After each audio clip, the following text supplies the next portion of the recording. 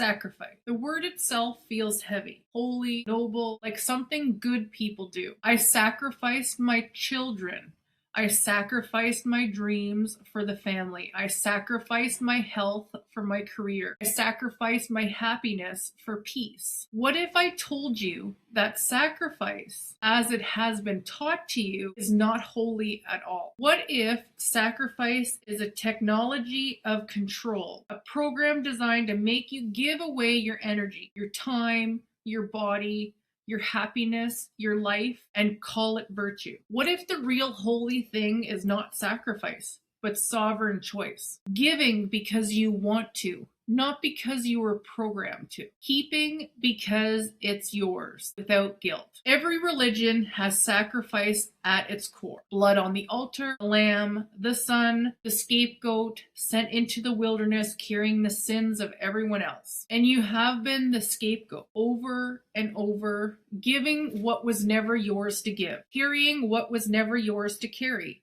bleeding on altars you never agreed to stand before. Today, we revoke consent to sacrifice, to the blood tax, to the scapegoat program, to every demand that you give yourself away and call it love. Let me take you back. In ancient times, sacrifice was literal. Animals, crops, sometimes humans. The belief was that gods demanded blood in exchange for favor, rain, sun, victory, fertility. Then came the story of Abraham and Isaac. A father asked to sacrifice his son. At the last moment, a ram appears. The message: God doesn't want your child, just your willingness to give him. That is the programming, not the act of sacrifice itself, the willingness to sacrifice, the internalized belief that you must be ready to give up what you love most to be worthy. Christianity took it further. God sacrifices his own son. Now, sacrifice is not just something you do,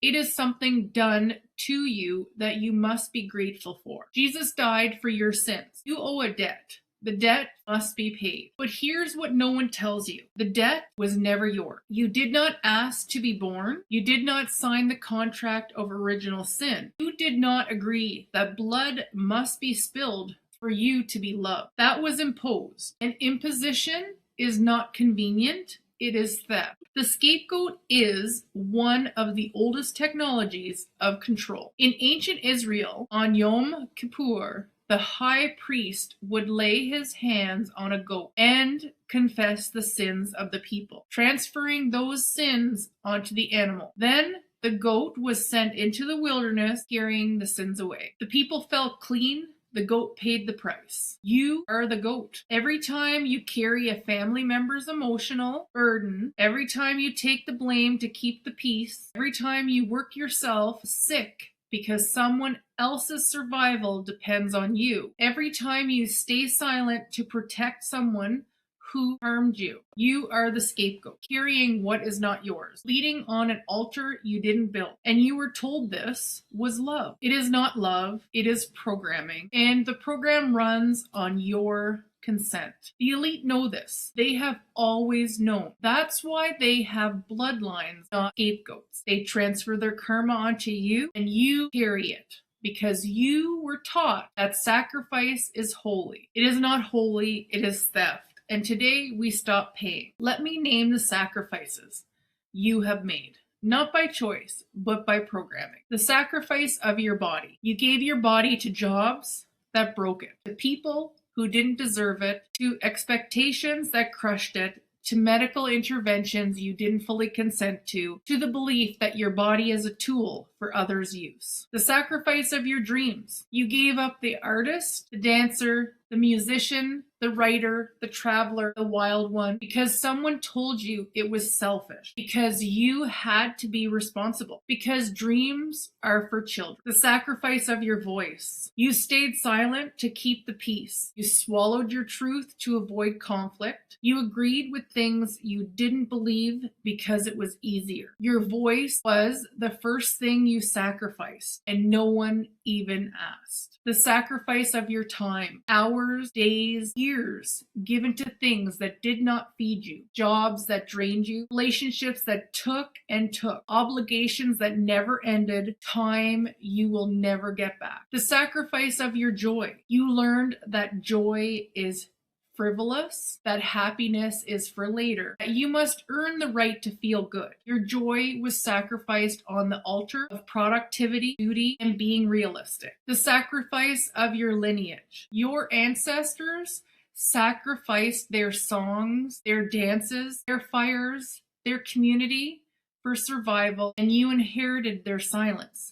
The sacrifice became genetic. You did not consent to any of this. It was demanded, expected, normalized. And today, we revoke it all. Now, we do the work. Say these words out loud. If you feel anger, grief, or release, let it come. I revoke consent to every sacrifice ever demanded of me by family, by religion, by culture, by work, by love, by fear, by force. I revoke consent to the scapegoat program. I am not the goat. I do not carry what is not mine. I revoke consent to the blood tax. No more of my energy, my time, my body, my joy, my dreams, my voice, or my life force given without my sovereign revocable consent. I revoke consent to the lie that sacrifice is holy. Sacrifice without choice is theft, and I am not stolen from anymore. I revoke consent to being the one who pays so others don't have to. Their karma is theirs. Their debt is theirs. I return it now. I revoke consent to every altar I never agreed to stand before, every knife I never agreed to receive, every wound I was told was noble. I am not a lamb. I am not a scapegoat.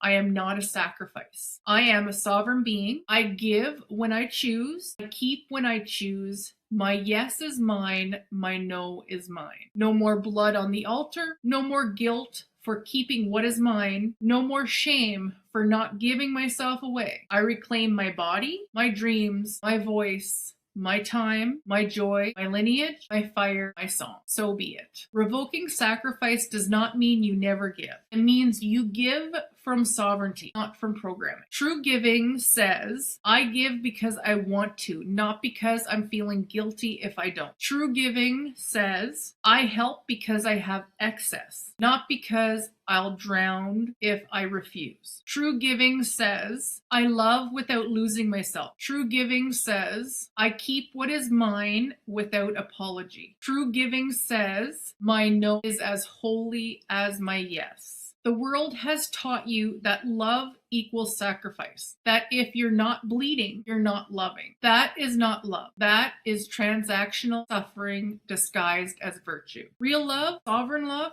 gives from fullness, not emptiness. It gives without resentment. It gives without keeping score. It gives without dying inside. And sometimes real love says no. Real love says, I can't. Real love says, that is not mine to carry. You do not need to bleed to be loved. You do not need to disappear to be seen. You do not need to give yourself away to be worthy. You are worthy before you give anything. You are worthy while you keep everything. You are worthy even if you never sacrifice again. You have been programmed to sacrifice, to bleed, to carry, to pay. Not anymore. Today you revoke consent to every altar, every blood tax, every scapegoat demand, every lie that told you giving yourself away is holy. The only holy thing is your sovereign choice. Your free yes, your free no, your life lived for you, not as a sacrifice, but as a gift. You get to give and keep as you choose. Say it out loud one more time. No more blood on my altar. I am not a sacrifice. I am sovereign. Comment below sacrifice revoked, sovereign yes, sovereign no. Then today, just once, say no to something you would normally sacrifice for. Without guilt, without explanation, just no. That is your first sovereign act. I'll see you in the next one.